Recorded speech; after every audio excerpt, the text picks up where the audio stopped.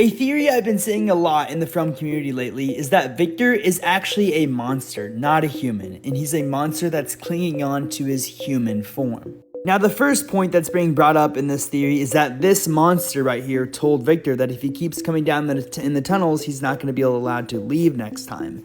And they're saying that, like, she never said she was going to hurt Victor. Maybe that's where Victor belongs. Maybe Victor belongs in the tunnels with her, and that's why she said that. And the other point that's being brought up in this theory is that whenever Victor was asked if he wanted anything to eat, he always said peaches. He ate peaches all the time.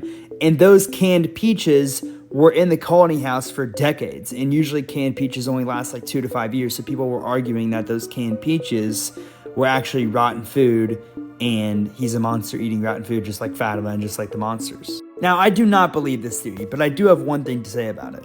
If he is a monster, it would make sense how he survived 40 years by himself as a little kid, never got eaten by a monster, and survived without like a lot of food and water. Like, where did he find his food and water all those 40 years? You know, maybe he was just a monster.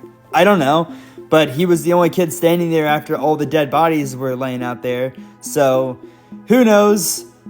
I still feel like the From community, it still doesn't believe anything Victor says. Like, whenever he like gets his answers and everything.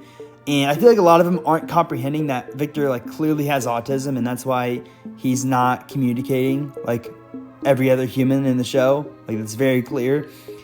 Like, he has issues, and that's why he's not communicating. It doesn't mean he's necessarily a monster. That's a wild accusation. But if he is a monster, that would be a wild plot twist, and I would love to see how that would play out.